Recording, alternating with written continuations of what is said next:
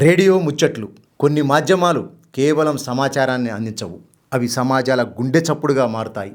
అలాంటి వాటిలో రేడియో ఒకటి. ఇది మన సామూహిక వినికిడి సంస్కృతికి నిదర్శనం. ఒకప్పుడు ఒకే రేడియో గ్రామ పంచాయతీ నుంచి మైకు ద్వారా ఊరంతా వినిపించేది. ప్రపంచవ్యాప్తంగా దాదాపు 93% ప్రజలను చేరగల సామర్థ్యం ఉన్న ఈ మాధ్యమం నేటి డిజిటల్ యుగంలో కూడా తన సామర్థ్యాన్ని, స్థానాన్ని కోల్పోలేదు. అన్ని తరాల వారిని అలరించగలగడం రేడియో ప్రత్యేకత. చాలా మంది దినచర్యలో రేడియో ఒక భాగం. టెలివిజన్లో 24 గంటల ప్రసారాలు మొదలయ్యే వరకు రేడియోది ఏకఛత్రాధిపత్యం అంటే అతిశయోక్తి కాదు. అందులో ప్రసారమయ్యే కార్యక్రమాల సమయాన్ని బట్టి పనులు చేసుకునే అలవాటు ఎందరికో ఉండేది. టీవీ, ఆ తర్వాత మొబైల్ వచ్చి ఈ షెడ్యూల్ని దెబ్బతీసినా ఇప్పటికీ కారులో వెళుతూ రేడియో వినే వాళ్లకు కొదవలేదు. ప్రసార మాధ్యమాలు ఎన్ని ఉన్నా రేడియో శ్రోతలకు ఒకలాంటి అంతర్గత శాంతినిస్తుంది. సమయాన్ని గౌరవించడం, ప్రశాంతంగా వినడం నేర్పిస్తుంది. మాట్లాడే ముందు వినడం ముఖ్యమని చెబుతుంది.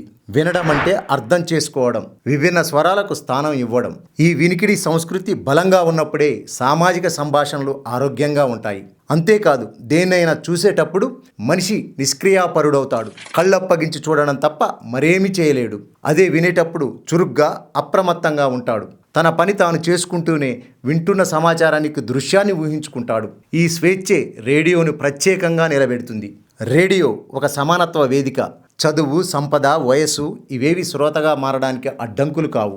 ఎన్ని ఇంచులు, ఎంత క్లారిటీ, ఏ కంపెనీ, ఇవన్నీ అప్రస్తుతం. రిక్షా వాళ్ళకైనా, లగ్జరీ కారులో అయినా అదే రేడియో, అదే ఆనందం, అదే నమ్మకం. ఒకప్పుడు వాతావరణ సమాచారానికి, పాడి పంట సలహాలు, సూచనలకు, మార్కెట్ ధరలు తెలుసుకోవడానికి పల్లెటూళ్లలో రేడియో పైనే ఆధారపడేవాళ్ళు. పొలంలో ఒక చెట్టు కింద పెట్టో, వెదురు గుంజ కట్టో పొలం పనులు చేసుకునే రైతుల దృశ్యం సుపరిచితం. ఉరుకుల పరుగుల నగర జీవితంలోనూ రేడియో ఒక నిదానాన్ని నేర్పుతుంది. అది మనల్ని తొందర పెట్టదు, మనము దాన్ని తొందర పెట్టలేము. రేడియోలో మాటకు విలువెక్కువ, ఎందుకంటే దాంట్లో ముఖాలు కనిపించవు. అందుకే ఆచితూచి పదాలను వాడతారు. హాస్యం సున్నితంగా ఉండాలి, విమర్శ సమతూకంగా ఉండాలి, సమాచారం ఖచ్చితంగా ఉండాలి.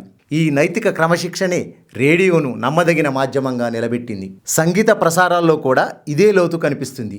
రేడియోలో మనకు నచ్చిన ప్లేలిస్ట్ ఉండదు, వాళ్ళు వేసిన పాటలే వినాలి. అయినా సరే లేటెస్ట్ హిట్స్ మధ్యలో అనుకోకుండా ఆ పాత మధురం వినిపిస్తుంది. మనసును ఆనంద డోలికల్లో విహరింపజేస్తుంది. అందుకే చాలామందికి రేడియో ఒక నోస్టాల్జియా.